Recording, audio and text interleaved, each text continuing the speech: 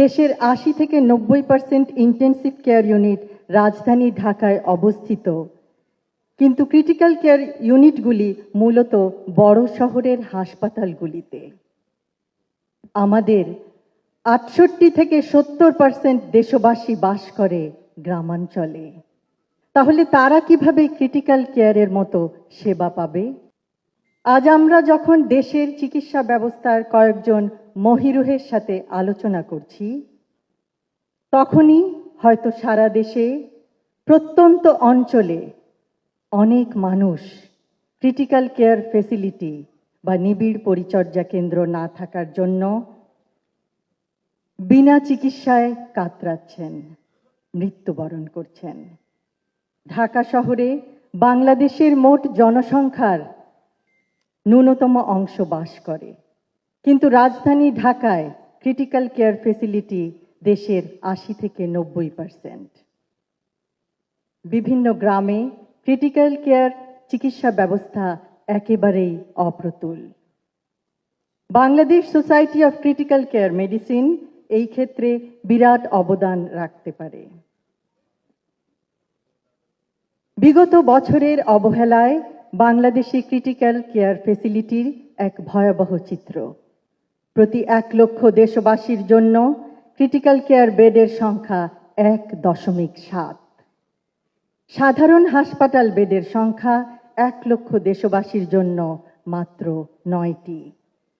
৬৪ জেলার মধ্যে ৩৮টি জেলায় স্থানীয় হাসপাতালে কোনো ক্রিটিক্যাল কেয়ার বা নিবিড় পরিচর্যা কেন্দ্র নেই।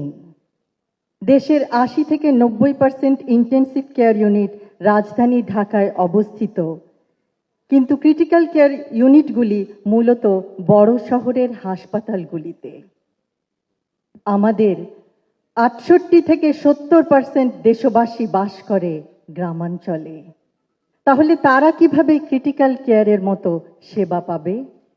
কেউ অসুস্থ হলে তার জন্য কিভাবে সর্বোচ্চ চিকিৎসা সেবা প্রদান করা যাবে?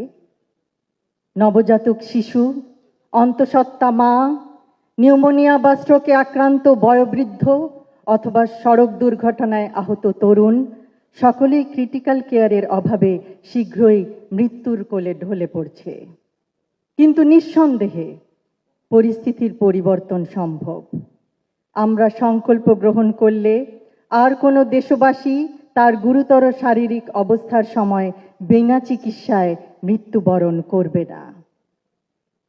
সকলে একসাথে কাজ করার মাধ্যমে, সুষ্ঠু পরিকল্পনা বাস্তবায়নের মাধ্যমে ক্রিটিক্যাল কেয়ার ইউনিটের সংখ্যা বাড়ানো সম্ভব। ক্রিটিক্যাল কেয়ার ইউনিট কম থাকায় কিছু ক্ষেত্রে চিকিৎসকবৃন্দ নিরুপায় হয়ে পড়েন। উপরন্তু দেশে স্পেশালিস্ট ইন্টেন্সিভিস্টদের সংখ্যা কম। অ্যানেস্থেটিস্ট, কার্ডিওলজিস্ট, নিউরোলজিস্ট অনেক ক্ষেত্রে ক্রিটিক্যাল কেয়ারের দায়িত্বে থাকেন।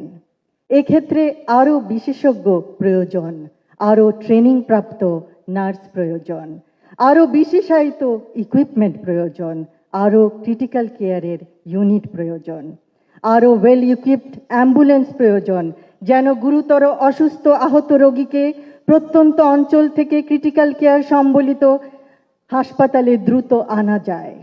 শুধুমাত্র তাহলেই আমরা আরও বেশি সংখ্যক রোগীকে ক্রিটিক্যাল কেয়ার ইউনিটে চিকিৎসা প্রদান করতে পারব। দেশ হিসেবে আমরা জনসংখ্যায় বিশাল, কিন্তু সামর্থ্য সীমিত। তবুও এই বাস্তবতায় সঠিক পথ বের করতে হবে গুরুতর আহত অথবা গুরুতর অসুস্থ রোগীদের চিকিৎসা প্রদান করার জন্য। দূরত্ব ও যানবাহন আরেকটি বিরাট অন্তরায়। অ্যাম্বুলেন্স সুষ্ঠুভাবে প্রস্তুত না থাকলে তা বরং রোগীদের জীবনের ঝুঁকি বাড়াবে। প্রত্যন্ত গ্রামাঞ্চলে ক্রিটিক্যাল কেয়ার প্রদান করতে না পারলেও অন্তত প্রপারলি ইকুইপড অ্যাম্বুলেন্স দ্বারা রোগীদের সদর হাসপাতালে আনা যায়। সদর হাসপাতালগুলিতে ক্রিটিক্যাল কেয়ার ইউনিট নিশ্চিত করা হলে নিশ্চয়ই পরিস্থিতির উন্নতি সম্ভব।